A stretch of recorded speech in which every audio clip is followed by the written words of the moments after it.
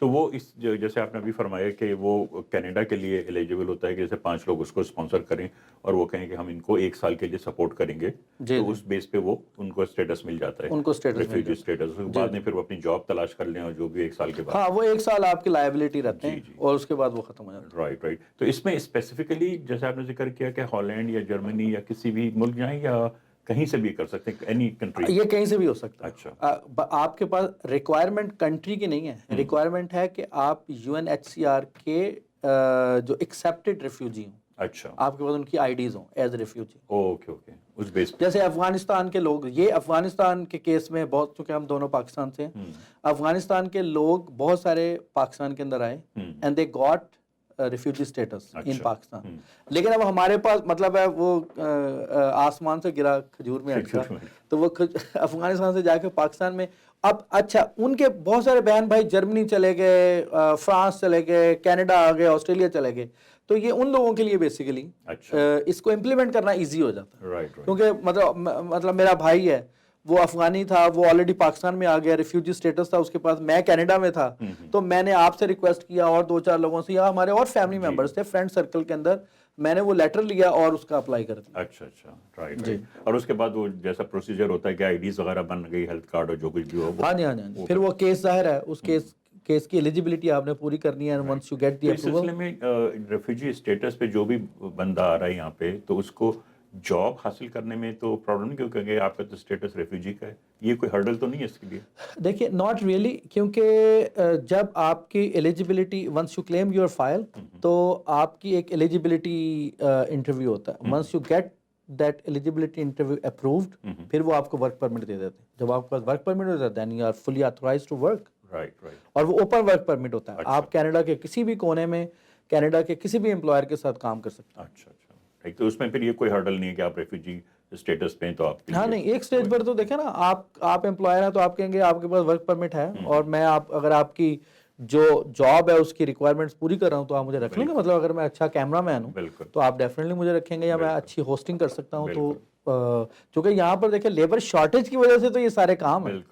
کیونکہ دیکھیے کینیڈا میں آپ نے اچھی نقطے کی طرف اشارہ کیا کہ کینیڈا دیکھیں ایک G8 کنٹری ہے، it's a big economy as compared to developing countries. دیکھیں نا، دنیا کے ٹاپ G8 کے اندر ایک ہے یہ. اب اس اکانومی کو رن کرنے کے لیے آپ کو سرٹن نمبر آف پرسنز بھی چاہیے، وہ کام کریں گے تو یہ انجن پوری طرح چلے گا. تو اس کے اندر شارٹیج ہوتی ہے، اس شارٹیج کو پورا کرنے کے لیے یہ سارا نظام. اچھا تو میں واپس آتا ہوں. اسی طرح ہیومینیٹیرین اور کمپیشنیٹ گراؤنڈز کا 13,750 ہے، لیکن وہ اگلے سالوں میں کم ہو رہا ہے. تو یہ جو 2024 ہے اس کے اندر ابھی بھی دیکھیں وی اسٹل ہیو 3 months. تو میں سننے والوں کی توجہ اس طرف دلانا چاہوں گا کہ اگلے سال یہ 8 ہزار آدھا کم ہو جائے گا. تو آپ کے پاس یہ سال بڑی اپرچونٹی ہے کہ آپ اس کیٹیگری کے اندر اپلائی کریں. میں یہ چھوٹے چھوٹے سے پوائنٹس آپ کو بتاتا جاؤں گا تاکہ ہمارے دیکھنے والے اس سے مستفید ہو سکیں. بالکل. تو ہیومینیٹیرین گراؤنڈ پہ کس طرح سے لوگ کوالیفائی کریں گے، یا کیا اس کا کرائیٹیریا ہے کہ ہیومینیٹیرین گراؤنڈ پہ ان کو دیا جائے یہاں پہ؟ Very good question. دیکھیے جیسے میں نے کہا کہ آپ کو اس کا ایلیجیبلٹی کرائیٹیریا دیکھنا ہے. اس کے اندر آپ کا 360 ریویو لیا جاتا ہے. اچھا، آپ کی پرسنالٹی کا 360 ریویو. اور 360 ریویو کے اندر یہ دیکھا جاتا ہے، 360 ریویو کا مطلب یہ ہے کہ all aspects that can impact you, یا وہ تمام چیزیں جو آپ کی وجہ سے امپیکٹ ہوتی ہیں. مثلا آپ یہاں پر اکنامکلی اسٹیبلش کتنے ہیں کینیڈا کے اندر. اچھا. اس کے بعد آپ کا ہارڈ شپ لیول کیا، اگر آپ کو یہاں سے واپس کر دیا جائے تو ہارڈ شپس آپ کو کیا آئیں گی. آپ کے ساتھ کوئی بچے تو انوالو نہیں ہے، بیسٹ انٹرسٹ آف چائلڈ دکھا جاتا ہے. میں مطلب ٹیکنیکلی آپ بتا رہا ہوں کہ half of the case is best interest of child. Canadian government اس کے اوپر بہت زیادہ فوکسڈ ہے کہ آپ کے اوپر فیصلے کی وجہ سے کسی بچے کو مت آ سکے، کیونکہ because that is not going to be part of your decision making. لیکن آپ کی وجہ سے اس کے اوپر امپیکٹ نہ، اس کی وجہ سے آپ کو فیور مل جاتی ہے. اچھا. تو یہ مختلف کرائیٹیریاز ہیں کہ پھر آپ کی کنٹری کنڈیشنز ہیں کہ اگر آپ کو واپس بھیج دیا جائے تو آپ کس ایج گروپ کے اندر ہیں، کس جینڈر سے بلانگ کرتے ہیں، وہاں پر آپ کے لیے کیا کیا چیلنج ہوں گے. تو گورنمنٹ بیسیکلی جو میں نے آپ سے کہا 360 ریویو کرتی ہے آپ کا، اور اس کی بیسس کے اوپر پھر آپ کے اس کیس کو اپروو کرتی ہے. اچھا، رائٹ. علیم صاحب جیسے آپ نے بھی یہ کیٹیگریز بتائیں، اس میں 1-2 ٹیکنیکل چیزیں تھیں، میں چاہوں گا کہ تھوڑا سا ناظرین کے سہولت جی کے لیے ضرور. PNP شاید آپ نے کہا تھا یا جی provincial nominee program. Provincial nominee program. تو اس پروونشل نامنی پروگرام میں یہ جیسا آپ نے ذکر کیا پہلے کہ ہر پروونس کا اپنا ایک الگ سیٹ اپ ہے, اپنا ایک الگ سیٹ اپ ہے. رائٹ, اس حساب سے وہ کرتے ہیں. تو ان جنرل دیکھیے اس کے اندر 8 سے 10,000 ہوتے ہیں. جیسے میں نے آپ بتایا کہ PNP کے اندر آپ کی 1,10,000 ہے, بالکل almost equal to the federal express entry class سے کہتے ہیں. اچھا اب ہم اس کے اوپر زیادہ فوکس کر رہے ہوتے ہیں, اس کے اوپر فوکس نہیں کر رہے ہوتے. تو PNP کے اندر انہوں نے بزنسز کے لیے بھی, اسٹوڈنٹس کے لیے بھی, ورکرز کے لیے بھی, انٹرنیشنل ورکرز کے لیے بھی, آلریڈی جن کا یہاں پر ایکسپیرینس ہے وہ کسی ڈیمانڈ لسٹ ہر پروونس کی اپنی ہے, اس کے اندر وہ فال کرتے ہیں. یہ ساری چیزوں کی بیسس کے اوپر ان کی سلیکشن ہوتی ہے. تو میں یوزلی کہتا ہوتا ہوں کہ جو سلیکشن کرائٹیریا ہے PNP کا وہ ہر ایک کو فائدہ مند نہیں دیتا. مطلب اس کے اندر جو سلیکشن کرائٹیریا کی پریفرنسز ہیں وہ ہر ڈرا کے اندر الگ سے ایڈجسٹ ہوتی ہیں, ٹھیک ہے نا. آج آپ ایک بڑی کمپنی ہے, سے 1000 لوگوں والی کمپنی ہے آپ, کبھی آپ کو الیکٹریشین شارٹ ہو جائے گا, کبھی پلمبر شارٹ ہو جائے گا, اور وہ ایسا نہیں ہے کہ وہ سیم کرائٹیریا رہے گا. کبھی آپ کو IT والے بندے چاہیے, کبھی آپ کو کارپینٹر چاہیے, تو یہ چینج ہوتا رہے گا. تو بیسیکلی آپ کو جو ہے وہ ان کلاسز کے مطابق تیاری کر کے بیٹھنا چاہیے. یا آپ کبھی کبھی آپ نے سنا ہوگا کہ لوگ ایک پروونس سے دوسرے پروونس میں چلے جاتے ہیں, تو وہ بیسیکلی اس سرچ کرائٹیریا کو میٹ کرنے کی کوشش کر رہے ہوتے ہیں. اوکے علیم صاحب, بہت بہت شکریہ. آج آپ سے جو گفتگو ہوئی جس میں آپ نے بہت ہی ٹیکنیکل پوائنٹس کو ہائی لائٹ کیا, دیکھنے والوں کے لیے یقیناً بہت فائدہ مند ہوگا یہ. خاص طور پہ جو ایج کا آپ نے ذکر کیا, یہ میرا خیال ہے عام طور پہ لوگوں کو اس کی آگاہی نہیں ہے, جو کہ ماشاءاللہ آپ کے تبسط سے پہنچی ہے. اور پھر جو آپ نے پوری ڈیٹیل بتائی ہے کہ کس طرح اس ہر 3 سال کے بعد there are lot of opportunities. تو یہ جس طرح ہوتا ہے, اور یہ سال کے اینڈ میں ہوتا ہے, لائک 3 سال کے بعد دسمبر میں وہ ختم ہو جائے گا, پھر جنوری سے نیا شروع ہوگا, ایسا کچھ ہے؟ ایگزیکٹلی ایسا. اچھا. اب 1 نومبر کو ہوپ فلی جو ہمارے کرنٹ مارک ملر ہیں وہ یہی لیول پلان دوبارہ گورنمنٹ کے پاس لے کر جائیں گے ود کرنٹ چینجز, اور پھر اس کو اپروو کرائیں گے, اور پھر اسی سے ہمیں بھی پتہ چلتا ہے. یہ ہمارے سارے پروگرام کی بیسس بیسیکلی یہ امیگریشن لیول پلانز ہوتے ہیں, یہ ٹارگٹس ہوتے ہیں جن کو ہم میٹ کرنے کے لیے پھر ہم بھی یہ دیکھتے ہیں کہ اس کیٹیگری پر آپ نے زیادہ مارکیٹنگ فوکس کرنا ہے اور اس کیٹیگری پر نہیں کرنا, کیونکہ جیسے میں نے بتایا کہ جیسے ریسیلڈ ریفیوجی ہے تو 250 ہیں, تو ہم اس کو مارکیٹ نہیں کرتے پھر ایز اے بزنس مین. بالکل. بہت شکریہ علیم صاحب آپ کا. انشاءاللہ آپ سے گفتگو جاری رہے گی اگلے پروگرامز میں نئے ٹاپک کے ساتھ. ناظرین, جیسا کہ آپ نے دیکھا کہ علیم رضا زیدی صاحب نے آج جو پروگرام میں پوائنٹس ہائی لائٹ کیے ہیں یقیناً دیکھنے والوں کے لیے بہت فائدہ مند ثابت ہوں گے. انشاءاللہ اگلے پروگرام میں ہم ایک نئے ٹاپک حاضر ہوں گے. اپنے دوستوں, رشتہ داروں اور گرد و نواح کے تمام لوگوں کا بہت خیال رکھیے گا. خدا حافظ و ناصر.